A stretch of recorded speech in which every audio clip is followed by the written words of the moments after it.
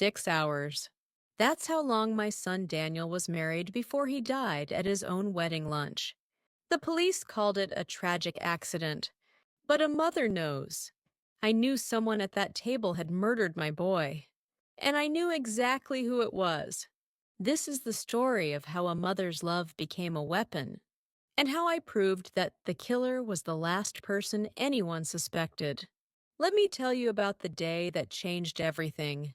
It was a Saturday afternoon in February 2017, and I was on my way to meet my son Daniel's future mother-in-law for the first time. My name is Margaret Wells, and I'd spent 30 years cleaning offices in downtown Chicago. To raise my boy alone, as I stepped off the red line at the Magnificent Mile station, my hands were trembling, not from the cold, though it was bitter that day, but from nerves. I clutched my old leather purse close to my chest as I walked past the expensive boutiques and restaurants. This wasn't my world. I was a cleaning woman about to meet a successful salon owner in one of Chicago's most exclusive neighborhoods. Daniel had fallen in love with a woman named Sophie, and today I would meet her mother, Victoria Monroe. The address led me to a gleaming storefront with gold lettering, Victoria's Hair Salon and Spa. Through the plate glass windows, I could see crystal chandeliers and sleek modern furniture. It looked more like a luxury hotel lobby than any salon I'd ever been to. I stood outside for a full 5 minutes, looking down at my worn sneakers and my coat with its fraying cuffs. Then I thought of Daniel's happy face when he talked about Sophie, and I pushed the door open. "Good afternoon. Welcome to Victoria's." A young woman in a black dress greeted me with a professional smile that didn't quite reach her eyes. She glanced at my clothes, and I saw her expression flicker just for a moment, but I caught it. "I'm here to see Victoria Monroe," I said quietly. "Of course. Mrs. Monroe is expecting you. This way, please." She led me through the salon, past elegant women getting their hair styled, to a private room in the back. The VIP suite, she called it. Velvet chairs, mirrors with ornate frames, and a coffee table that probably cost more than I made in a month. I sat carefully on the edge of a cream-colored sofa, too nervous to lean back. The door opened, and Victoria Monroe walked in. She was impeccably dressed in a tailored navy suit, with a string of pearls at her throat. Her dark hair was styled perfectly, her makeup flawless. She looked like she'd stepped out of a magazine, spread about successful businesswomen. "You must be Margaret," she said, extending her hand. "I'm Victoria Monroe." Her hand was soft and cool when I shook it. Mine was rough from decades of scrubbing floors and cleaning toilets. I saw her glance down at our clasped hands, and shame washed over me. "Thank you for meeting with me," I said. "Of course. Please have some coffee." She poured from an elegant silver pot into delicate china cups. "So, Margaret, Daniel tells me you work at the Chicago Educational Foundation." She was fishing, trying to figure out what I did there. I knew I had to tell her the truth. "I'm in environmental services there," I said carefully. "I've been a custodian for 30 years.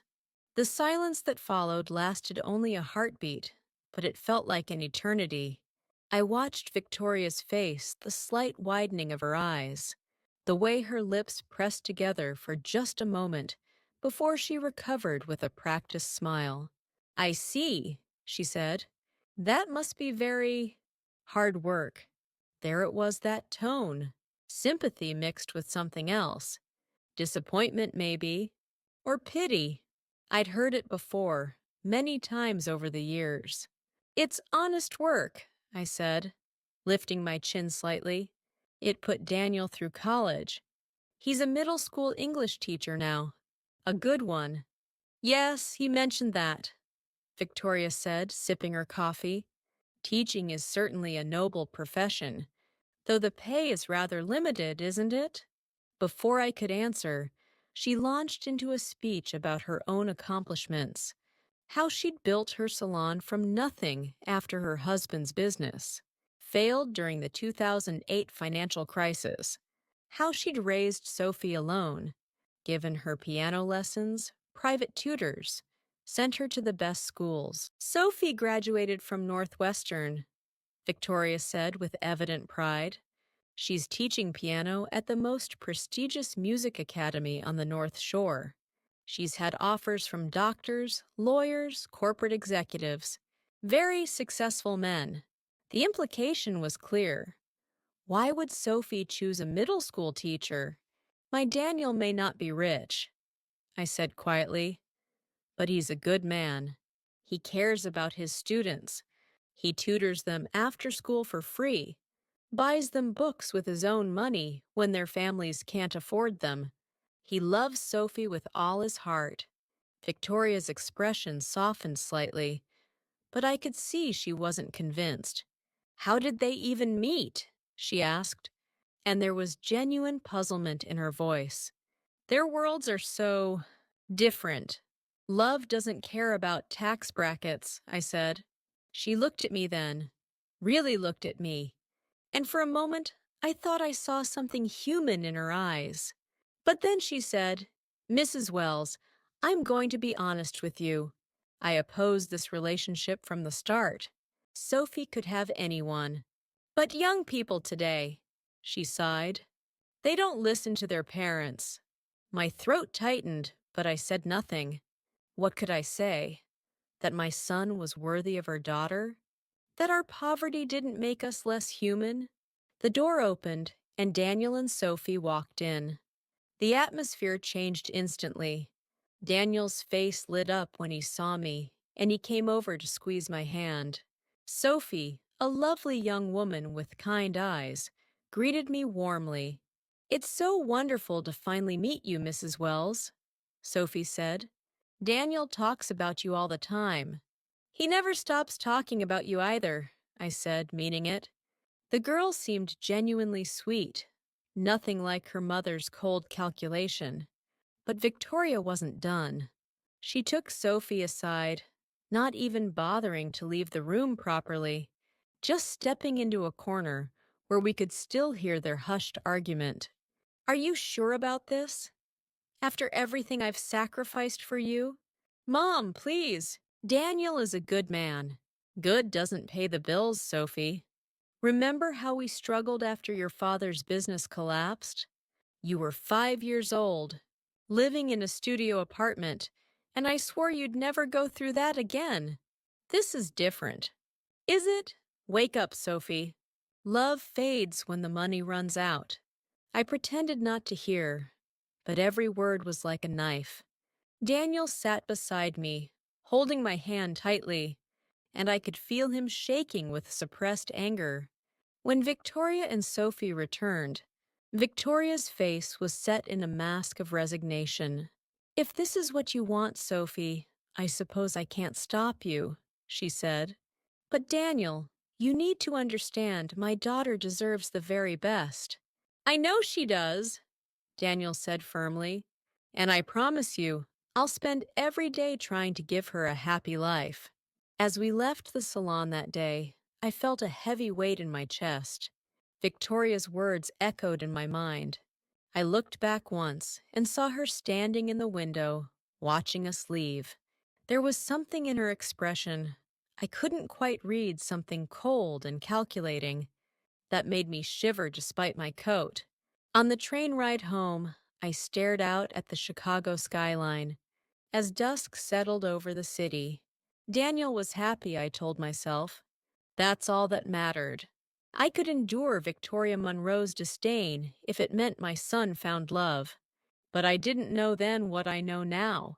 I didn't know that Victoria's cold assessment of my family would turn into something far more sinister.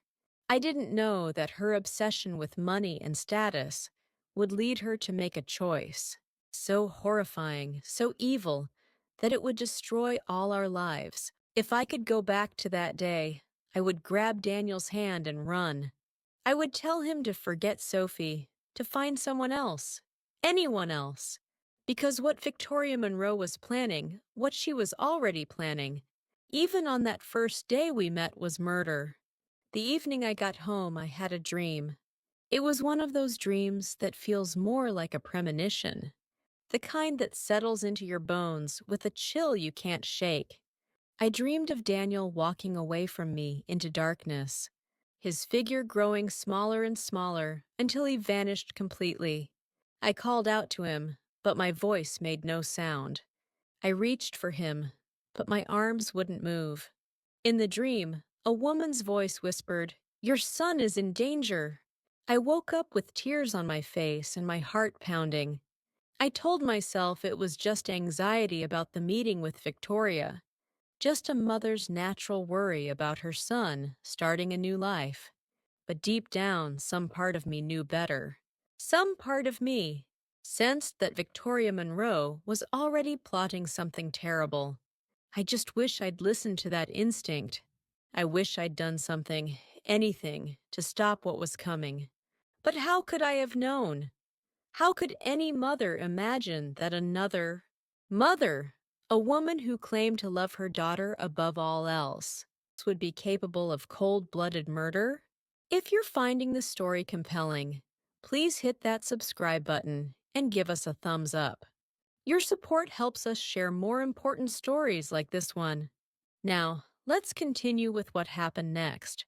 That same night, while I was having my nightmare about Daniel disappearing into darkness, Victoria Monroe sat alone in her office above the salon. The city lights of Chicago sparkled below her window, but she wasn't looking at the view. She was staring at a photograph of Sophie and Daniel, her lips pressed into a thin, hard line. Let me tell you what I learned later about that night, about what was going through Victoria's mind, because understanding her twisted reasoning is the only way to make sense of the horror that followed. Victoria picked up her phone and scrolled through her contacts until she found a name, Robert Thornton. He was a real estate developer, 55 years old, twice divorced, and obscenely wealthy.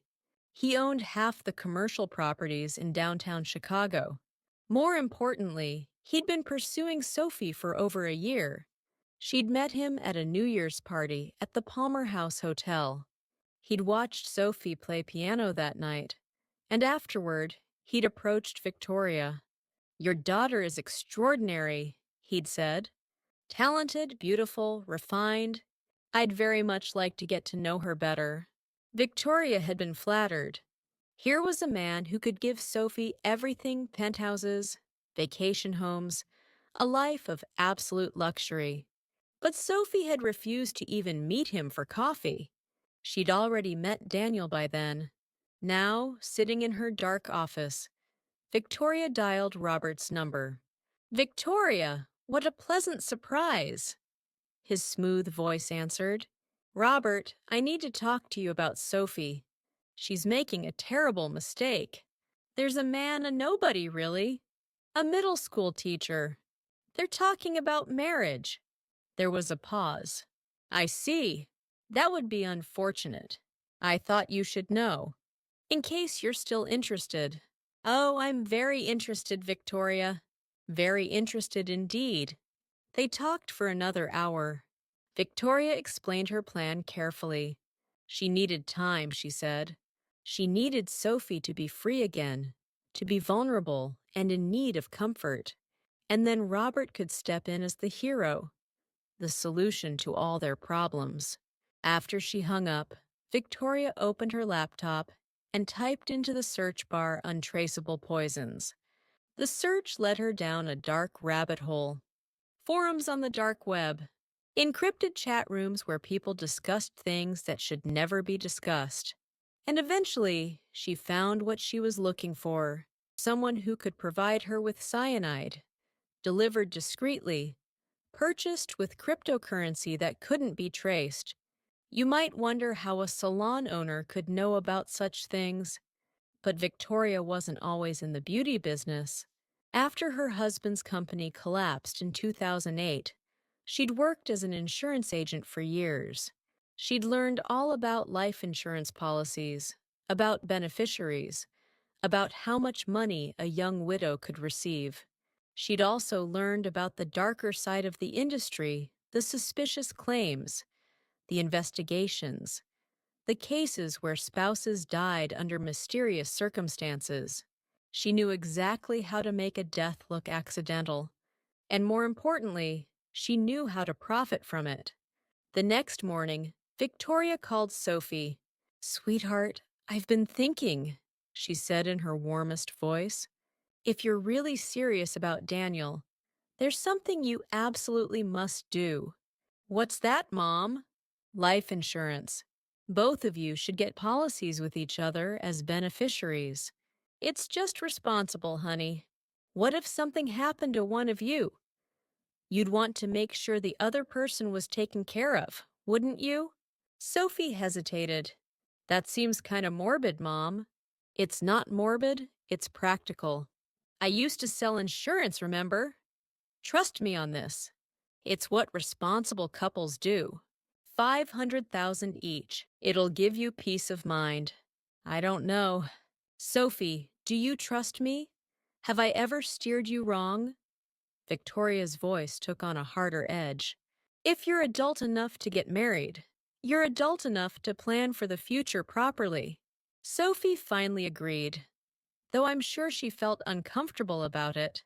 That's how Victoria worked. She pushed and manipulated until people gave in just to avoid conflict. 3 months passed. Spring came to Chicago, bringing warmer weather and blooming flowers in the parks. Daniel and Sophie set a date for their marriage, not a big wedding, just a simple ceremony at City Hall, followed by lunch with family. They couldn't afford anything elaborate, not on Daniel's teacher salary. Victoria pretended to be supportive. She even offered to host the lunch at an upscale restaurant she knew. "Let me do this for you," she insisted. "It's the least I can do." But I should have seen through it. I should have noticed how eagerly she took charge of the arrangements, how specifically she planned every detail. She chose the restaurant, the Sterling Room, an elegant place in River North. She selected the private dining room. She even insisted on arriving early to make sure everything was perfect. "I want your special day to be memorable," she told Sophie with tears in her eyes. "You only get married once, sweetheart." Sophie was touched by her mother's apparent change of heart. She thought Victoria had finally accepted Daniel. She thought her mother was trying to make amends for her initial coldness. She had no idea that Victoria had already purchased the cyanide, that it was sitting in a small vial in Victoria's purse, waiting for the right moment. During those 3 months, Victoria also worked on Sophie's emotions. She'd call her late at night, crying about how hard life had been as a single mother, about the sacrifices she'd made. "I just want you to be happy, baby," she'd sob. "I don't want you to struggle like I did. When your father's business failed, when we lost everything, I swore I'd never let you go through that pain." "I won't, Mom. Daniel and I will be fine."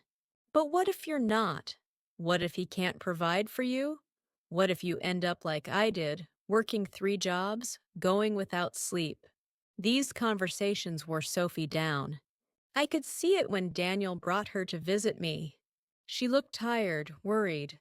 The light in her eyes had dimmed slightly. 2 weeks before the wedding, I went to see Victoria at her salon. I needed to try one more time to bridge the gap between us, to make peace for Daniel and Sophie's sake. She received me in the same VIP room as before. This time, she was more cordial, offering me tea and asking about Daniel with what seemed like genuine interest. "How's he handling the wedding preparations?" she asked. "He's excited. Nervous, but excited." "That's natural." She smiled, but it didn't reach her eyes. "Margaret, I want to apologize for our first meeting. I was harsh. The truth is, I was scared of losing my daughter." "I understand," I said. though something felt off about her sudden warmth. Exactly. But I've come to see that Daniel truly loves Sophie. And that's what matters most, isn't it? Love. The way she said that last word, love, sent a chill down my spine. There was something mocking in her tone, something bitter and cold. Yes, I said slowly. Love is what matters. Well then, let's make sure their wedding day is perfect. I've taken care of all the arrangements. All you need to do is show up and celebrate with us. I left that meeting feeling uneasy, though I couldn't articulate why. Victoria had been pleasant, almost friendly, but there was something in her eyes that reminded me of my nightmare, that darkness waiting to swallow Daniel whole. I should have trusted that instinct. I should have gone to Daniel and told him we needed to cancel everything, to run far away from Victoria Monroe and her plans. But I didn't.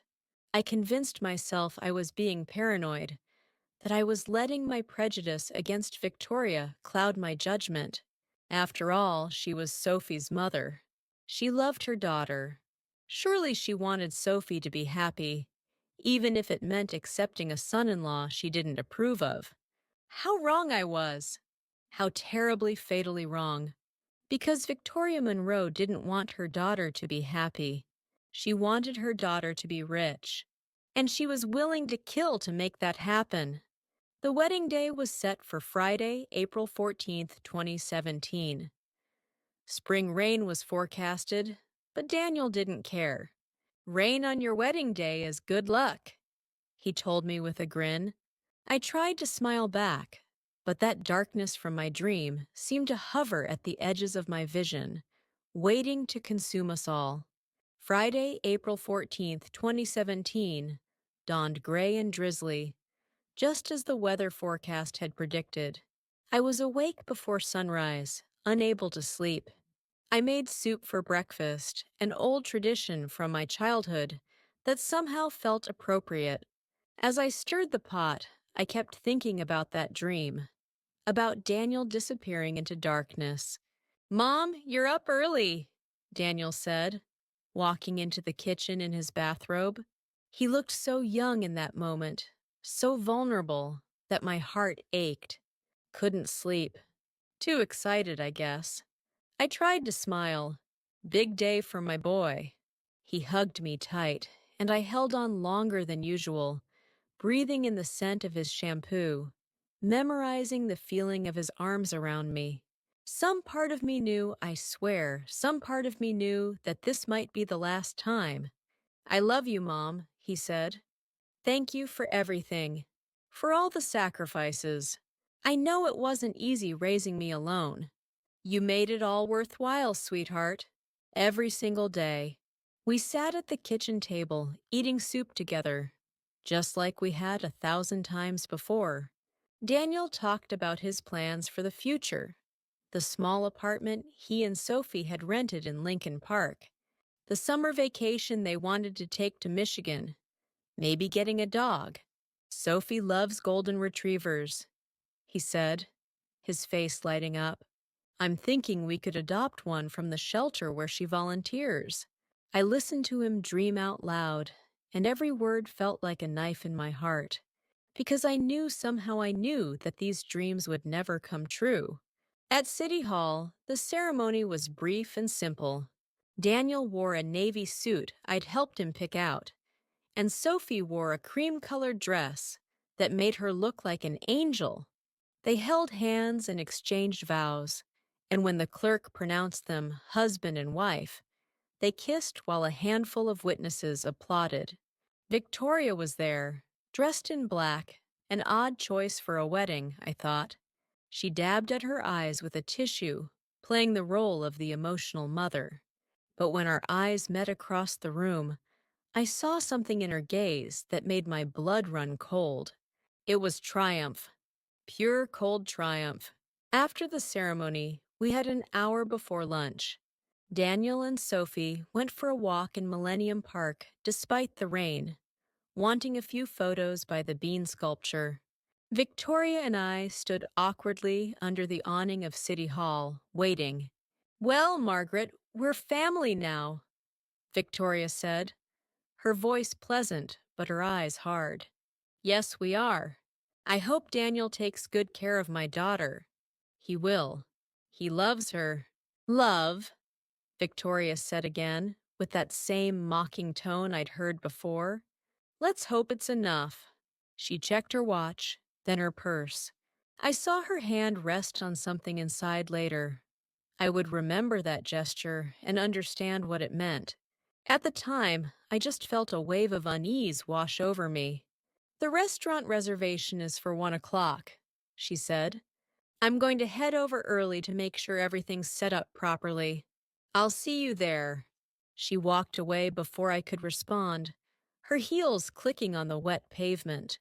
I watched her hail a cab and disappear into Chicago traffic, and that feeling of dread intensified. I should have run after her. I should have grabbed her purse and looked inside. I should have done anything to stop what was about to happen. But I didn't. I just stood there in the rain, waiting for Daniel and Sophie to return from their walk. The Sterling room was everything Victoria had promised. Elegant, sophisticated, with floor-to-ceiling windows overlooking the Chicago River. The private dining room she'd reserved was intimate, with a round table set for 4 and a bouquet of white roses in the center. We arrived at 12:55 p.m. Daniel held the door for Sophie, and they entered laughing about something, their hair damp from the rain. They looked so happy, so full of hope and possibility. Victoria was already there, standing by the window with a glass of champagne in her hand. "There's the happy couple," she exclaimed, setting down her glass to embrace Sophie. "How does it feel to be Mrs. Harrison?" "Wonderful," Sophie said, beaming. "Absolutely wonderful. Come, sit down. I've ordered appetizers, all your favorites, Sophie. And Daniel, I made sure they have that craft beer you like." She'd arranged the seating herself. Daniel sat in the chair by the window, Sophie beside him, me across from Daniel, and Victoria at the fourth seat. The table was already set with small plates of appetizers, oysters, shrimp cocktail, stuffed mushrooms, and deviled eggs. I noticed that one plate of deviled eggs was positioned directly in front of Daniel's seat. They looked slightly different from the others. The filling was a darker yellow, with more paprika sprinkled on top. "Those are special," Victoria said when she caught me looking. Daniel mentioned he loved deviled eggs with extra spice, so I had the chef make a separate batch just for him. Daniel grinned. "You remembered. Thanks, Victoria. That's really thoughtful. Call me Mom," she said sweetly. "We're family now." The waiter brought champagne for all of us, and Victoria raised her glass. "To Daniel and Sophie," she said, "may your marriage be filled with all the happiness you deserve." We clinked glasses and drank. The champagne was expensive, I could tell by the tiny, perfect bubbles. "Go ahead, dig in," Victoria urged. "Don't wait for the main course. These appetizers are too good to resist." Daniel reached for one of the special deviled eggs. I watched as he popped it into his mouth, chewed and swallowed. "Delicious," he said. "Really spicy, just how I like it." He ate another one, and then another. Victoria watched him the entire time, her face a mask of pleasant interest. But her hands were trembling slightly, I noticed. Her champagne glass shook as she raised it to her lips. We talked about ordinary things, the weather, Daniel's students, Sophie's piano lessons. Normal conversation for a wedding lunch. I tried to eat, but the food stuck in my throat. That feeling of dread was overwhelming now, pressing down on my chest like a weight. About 20 minutes after Daniel ate those deviled eggs, I noticed he was sweating. His face looked flushed, and he loosened his tie. "You okay, honey?" Sophie asked, concerned. "Yeah, just a little warm in here." "Is it warm?" "Not really," I said. The dining room was actually quite cool. Daniel wiped his forehead with his napkin. His hand was shaking. 5 minutes later, he stood up abruptly. "I need to use the restroom," he said. But his voice sounded strange, thick, and slurred. "Daniel?" I stood up too. "Are you feeling all right?" "Just dizzy." "I'm fine, Mom. I'm—" He swayed, his eyes rolling back in his head. Sophie grabbed his arm, but he was too heavy. I watched in horror as my son collapsed, his body hitting the floor with a terrible thud. The table overturned, glasses shattered, food scattered across the expensive carpet. "Daniel!" Sophie screamed. She dropped to her knees beside him. I rushed over, my heart hammering. Daniel was convulsing, his body jerking violently. Foam was coming from his mouth. His eyes were open but unseeing. "Call 911!" I screamed at Victoria. She was standing there frozen, her face pale, her mouth open in shock. But she didn't move. She just stood there, staring at Daniel's convulsing body. "Now!" I screamed at her again. Finally, she fumbled for her phone. Her hands were shaking so badly she almost dropped it. When she spoke to the 911 operator, her voice was high and panicky, too panicky, I would think later. Practiced panic.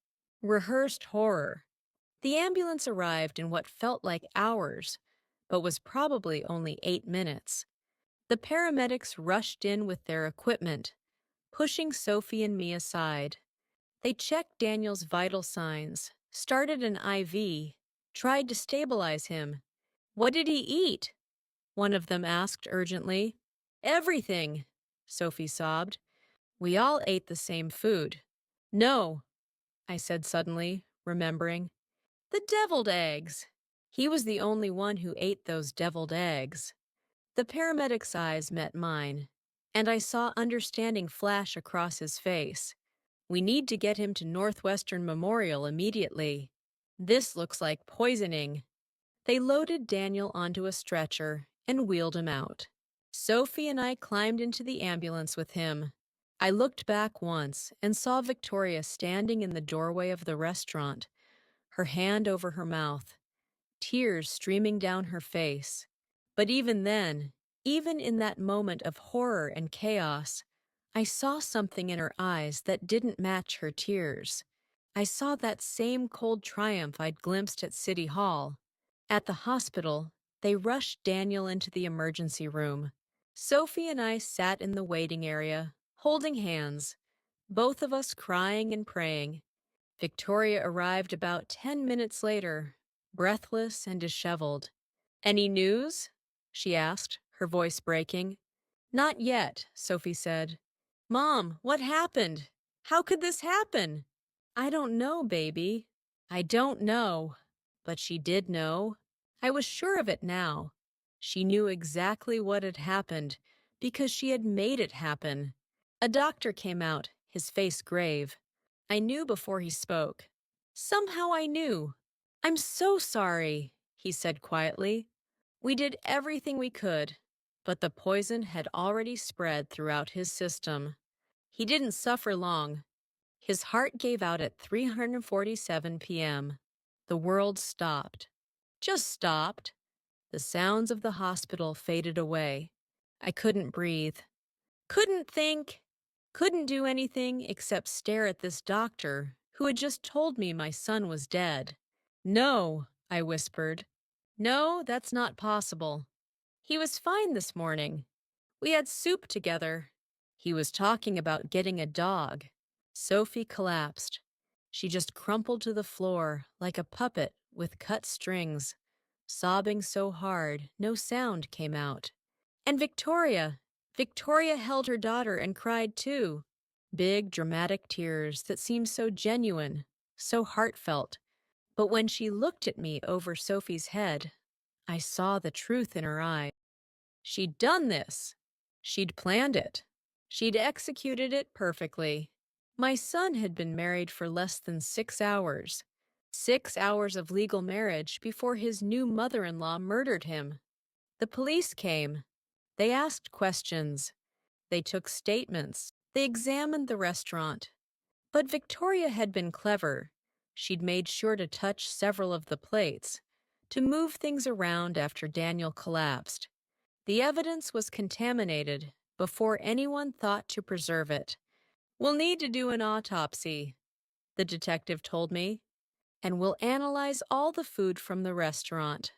But, ma'am, I have to be honest. Unless we find something concrete, cases like this are very difficult to prove." "It was her," I said, pointing at Victoria. "She planned this. She set it all up." Victoria's eyes widened in shock. "Margaret, how could you say such a thing? I loved Daniel. I accepted him as my son-in-law." "You're lying." "You never accepted him. You wanted Sophie to marry someone rich." "That's grief talking," Victoria said to the detective. "She's in shock. She doesn't know what she's saying." The detective looked uncomfortable. "Ladies, please, let us do our investigation. Everyone needs to remain calm." But I wasn't calm. I would never be calm again, because I'd just watched my son die, and I absolutely knew that the woman crying beside her daughter was the one who'd killed him. They released Daniel's body 3 days later, after the autopsy confirmed cyanide poisoning. The funeral was held on a cold, rainy Tuesday morning. Sophie was there, pale and hollow-eyed, leaning heavily on her mother. Victoria played her part perfectly.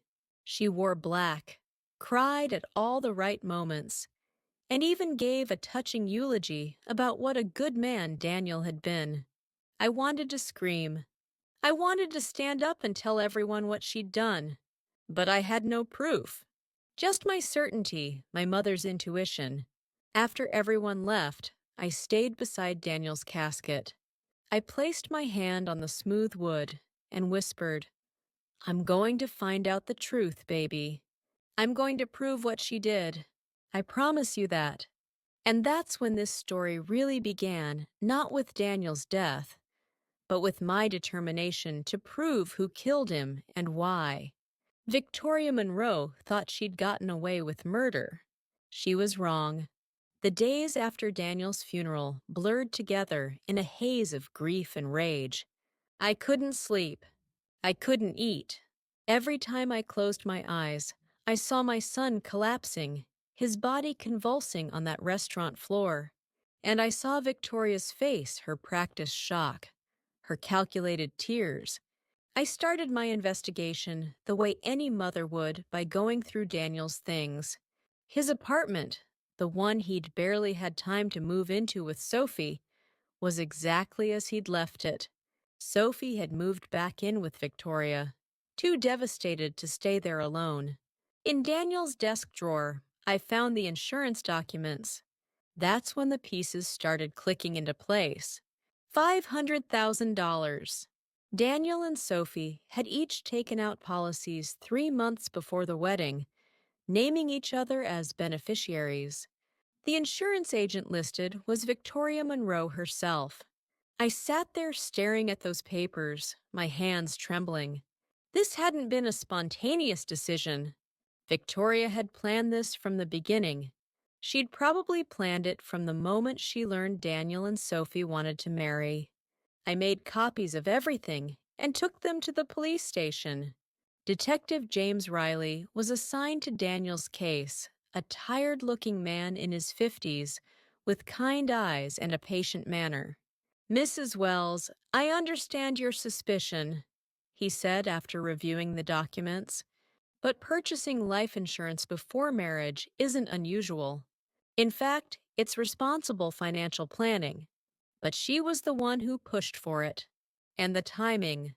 The timing is unfortunate, but it's not evidence of premeditation. We need concrete proof that Mrs. Monroe had access to cyanide and opportunity to poison the food." "What about the restaurant? The deviled eggs?" "We examined everything. The problem is, after your son collapsed, people moved things around. Mrs. Monroe helped clean up before the paramedics arrived. Any evidence was contaminated. Of course she cleaned up, I said bitterly. She was covering her tracks. Detective Riley sighed. I believe you, Mrs. Wells. My gut tells me you're right. But gut feelings don't hold up in court. We need solid evidence. I left the police station feeling defeated, but not broken. If the police couldn't help me, I'd find the truth myself. My first stop was the Sterling Room. I spoke to the restaurant manager, a neat woman named Patricia, who remembered the wedding lunch vividly. Such a tragedy, she said, shaking her head. Mrs. Monroe had been here twice before the event to discuss the menu. She was very specific about the seating arrangements. Did she arrive early that day? Yes, about 45 minutes before your party. She wanted to inspect the private dining room personally. Was she alone in there? Patricia frowned, thinking. For about 10 minutes, yes. She asked me to give her some privacy to set up a surprise for the bride and groom. My heart raced. 10 minutes. That was all Victoria needed to poison those deviled eggs. Do you have security cameras? In the main dining room and kitchen, yes, but not in the private rooms guests pay extra for privacy. Of course. Victoria had thought of everything. Next, I researched Victoria's background more thoroughly. I spent hours at the Chicago Public Library, going through old newspaper archives and business records. I learned that after her husband's business failed in 2008, Victoria had worked as an insurance agent for Midwest Life Insurance for 5 years before opening her salon. I contacted her former colleagues. Most were reluctant to talk, but one woman, a retired agent named Helen Martinez, agreed to meet me for coffee. Victoria was brilliant at her job, Helen told me, stirring sugar into her cappuccino. She understood insurance policies better than anyone. She also had an almost encyclopedic knowledge of how claims were processed, how investigations worked, how to maximize payouts. Did anything about her strike you as odd? Helen hesitated. There was one thing. She was obsessed with policies that involved sudden death, accidental death, poisoning, that sort of thing. She'd studied the case files for hours. We thought she was just being thorough, but looking back, it was like she was learning how to get away with something. I felt a chill run down my spine. Victoria hadn't just planned Daniel's murder for 3 months. She'd been planning it for years, learning exactly how to execute a perfect crime. The breakthrough came from an unexpected source. I'd placed a small advertisement in several Chicago newspapers, seeking information about Victoria Monroe, owner of Victoria's Hair Salon. Confidential. Call Margaret. I included my phone number. 3 weeks after the ads ran, I got a call from a young woman who introduced herself as Emma Rodriguez. I worked at Victoria's salon until 2 months ago, she said nervously. I saw your ad.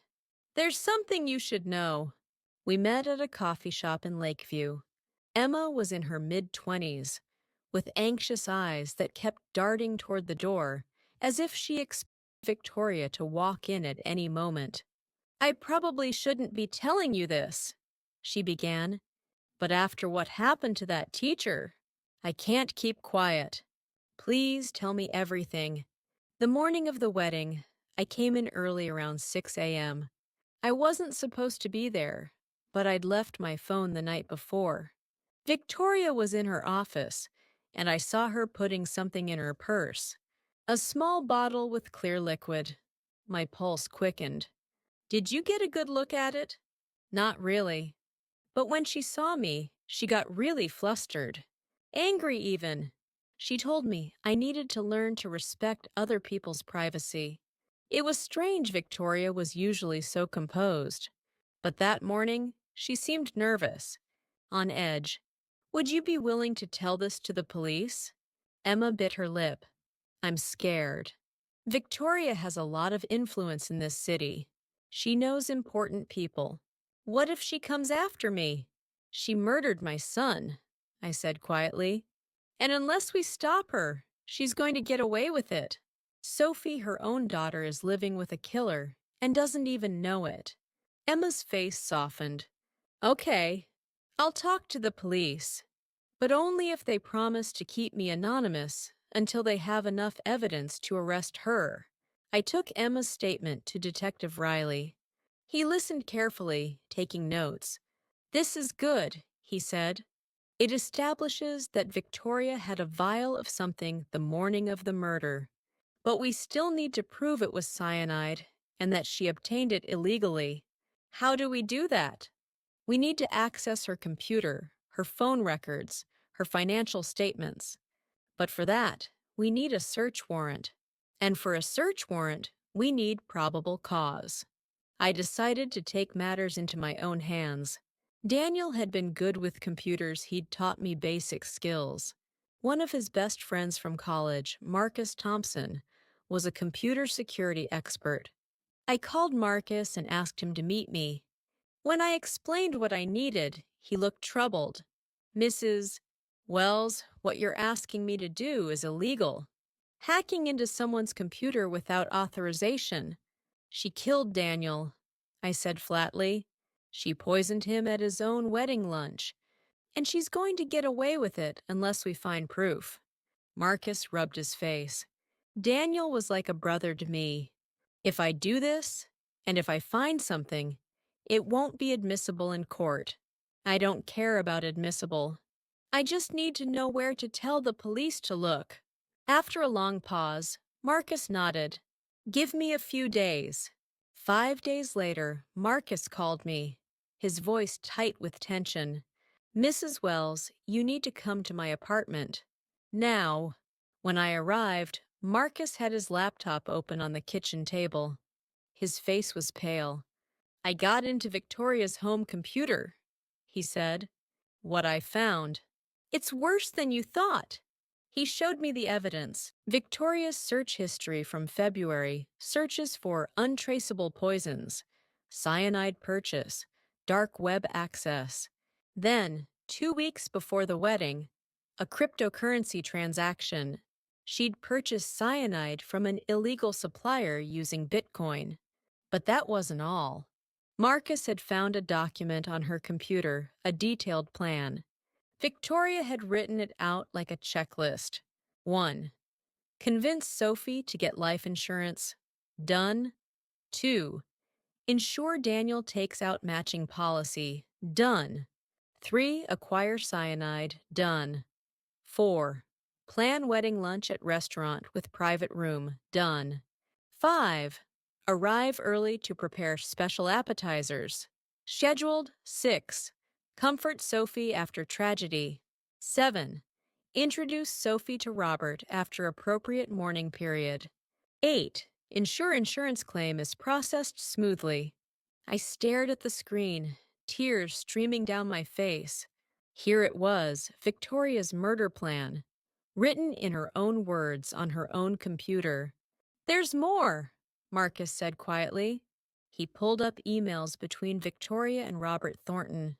They'd been communicating for months. The emails were carefully worded, never explicitly mentioning murder, but the implications were clear. Robert knew Victoria was planning to make Sophie available. We need to take this to the police, I said. Mrs. Wells, I obtained this illegally. They can't use it. No, but they can use it to get a legal search warrant. This gives them probable cause. I was right. When I brought the information to Detective Riley, without revealing exactly how I'd obtained it, he was able to convince a judge that there was sufficient reason to search Victoria's home and computers. The search warrant was executed on a Tuesday morning. I wasn't there, but Detective Riley called me that afternoon. We found it, he said, and I could hear the satisfaction in his voice. The cryptocurrency wallet on her computer, the search history, everything. We also found a handwritten notebook in her basement with what appears to be a practice run of her plan. She wrote it all out, Mrs. Wells. Every detail. Are you arresting her? We're bringing her in now. I drove to Sophie's apartment and told her everything. I watched the color drain from her face as I explained about the investigation, the evidence, what her mother had done. No, she whispered. No, my mother wouldn't. She couldn't. She did, sweetheart. She planned it for months. She killed Daniel because she wanted you to marry someone wealthy. Sophie doubled over as if she'd been punched. Oh, God. Daniel? I'm so sorry. I held her while she sobbed. And I cried too for Daniel, for Sophie, for all the lives Victoria's greed had destroyed. Victoria was arrested at her salon that afternoon. She didn't resist. She simply set down her scissors, held out her wrists for the handcuffs, and said, I want to see my daughter. Your daughter doesn't want to see you, Riley told her. For the first time, Victoria's composure cracked. She began to cry real tears this time. The trial took 8 months to begin. Victoria's defense attorney tried to argue temporary insanity brought on by her fear of poverty. They painted her as a desperate mother, trying to protect her daughter. The prosecutor, a sharp woman named Lisa Martinez, tore that defense apart. This was not a desperate act, she told the jury. This was calculated, premeditated murder. Victoria Monroe spent months planning how to kill Daniel Harrison. She researched poisons. She purchased cyanide illegally. She manipulated her daughter into taking out life insurance. She arranged every detail of that wedding lunch, specifically to create the perfect opportunity to kill. This was cold, calculated greed. The evidence was overwhelming.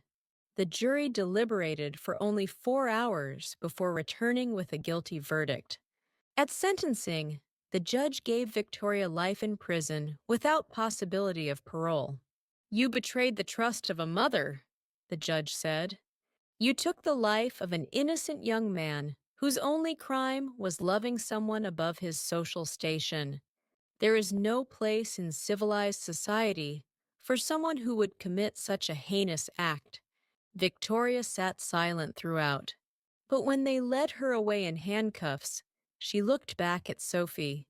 I did it for you, Victoria called out.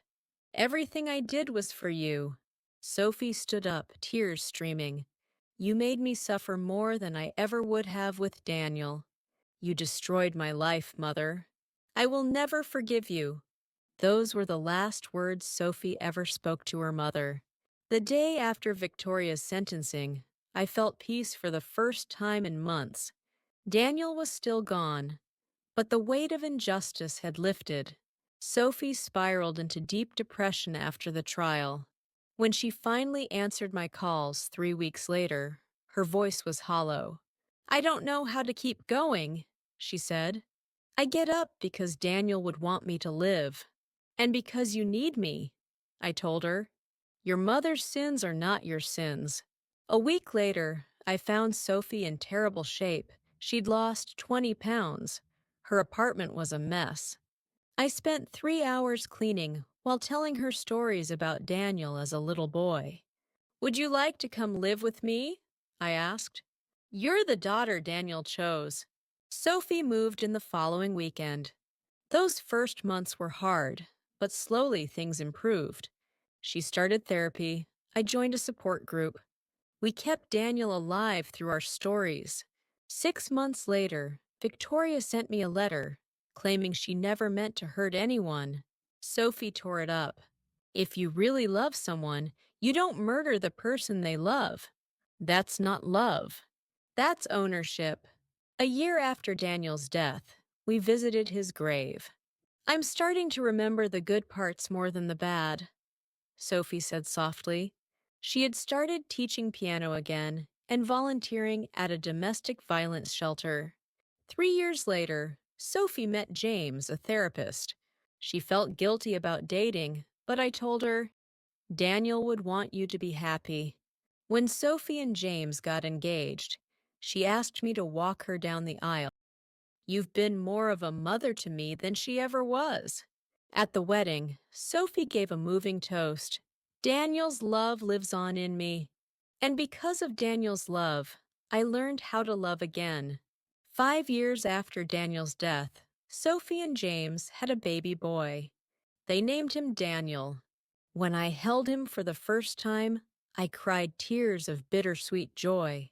I think about Daniel every day. I forgive Victoria not because she deserves it, but because carrying hatred is exhausting. But I'll never forget what she took from me. Daniel lived 28 years. His life was cut short by greed and fear, but his love continues to ripple outward. Victoria took Daniel's life, but she couldn't take his legacy. Love won. It always does,